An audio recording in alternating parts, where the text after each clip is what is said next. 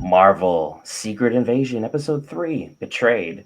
Do we know who got betrayed? Do you know who is doing the betraying? We have an idea, and we'll let you know after the opening.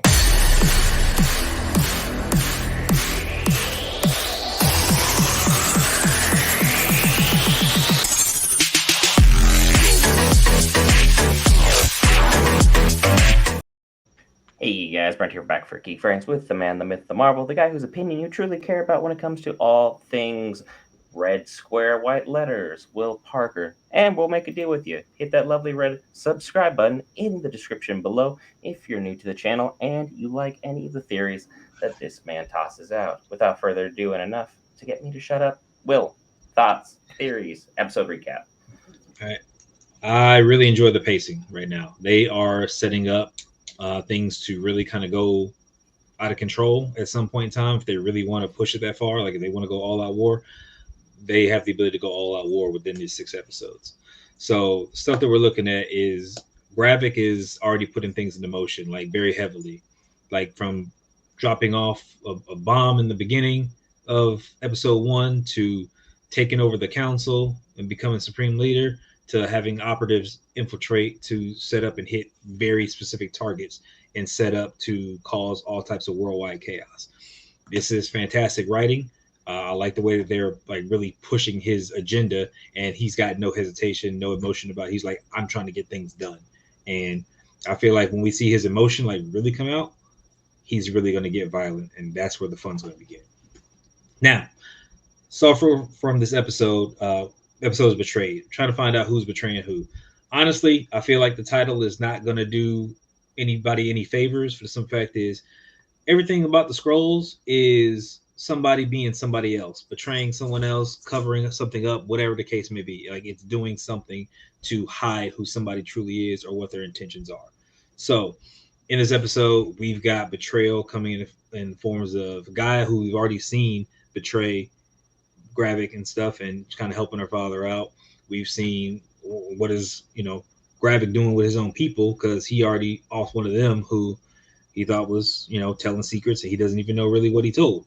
So stuff is just happening, and it seems like Fury betrayed Talos with his attitude and his demeanor, and ended up coming back to talk to him. So again, one thing after another is just betrayal in general.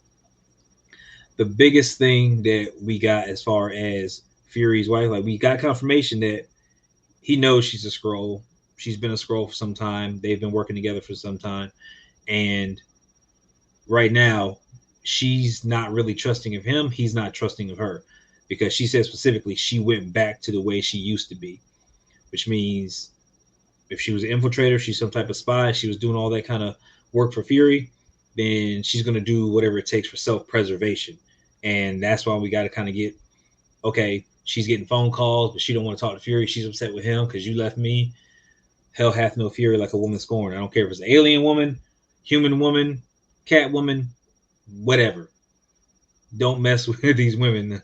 Say they're going to get you jacked up. So pay attention. Do what you're supposed to do. Talos and Gravik, intense standoff.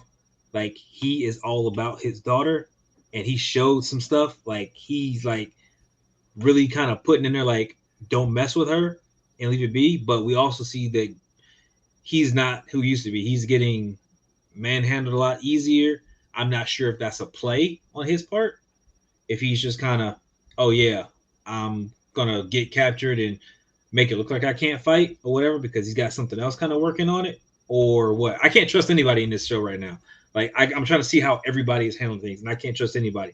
But one thing I can trust, what I saw is when Talos went at Gravik and he stabbed him in the hand. What did you see? His hand just fused right back together with what kind of looked like Captain Marvel's weird red coloration power thing she had going on. What Iron Man 3 Extremis, which was Oh, on the monitor. Gravik is already a super scroll in some way, shape, or form. He's already there.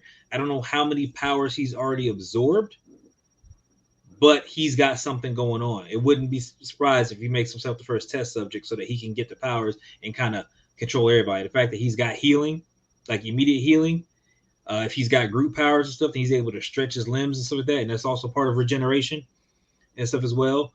power, being able to do energy blasts and all that kind of stuff comes with extremists. If he's got Cull Obsidian's arm, that could be any type of strength enhancers and boosters there.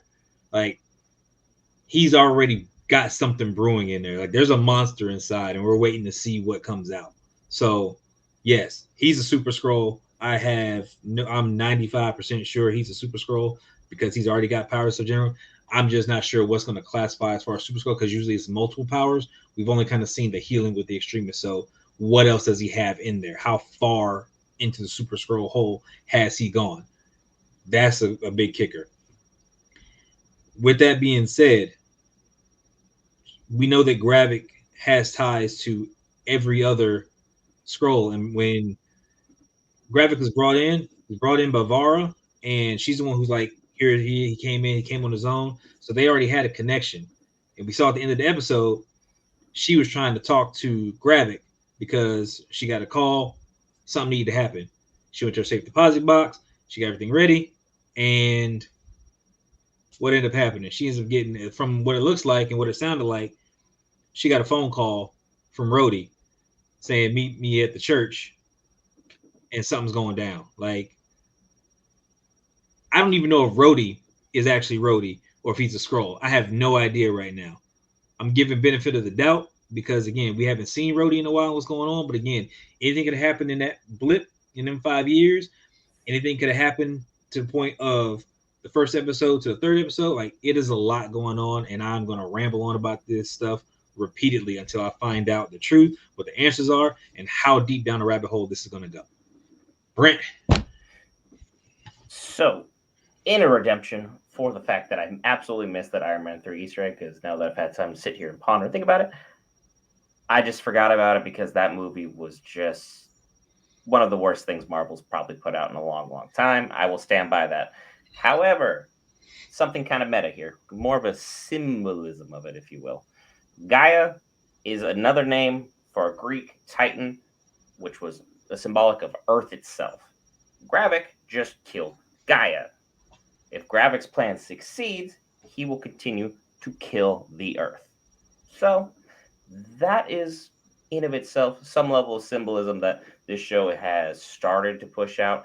And as far as Fury and Talos' friendship is going, this is the ultimate buddy cop thing we had going on. I thought Bucky and the new Captain America had a phenomenal running with Falcon and Winter Soldier.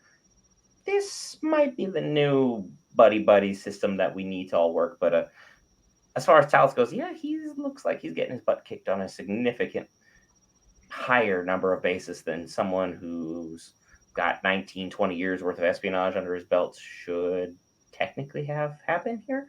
Don't know if that's a ploy. Don't know if he has powers of his own and he's just intending to hold out all on his own. But again, with this show, who do you trust?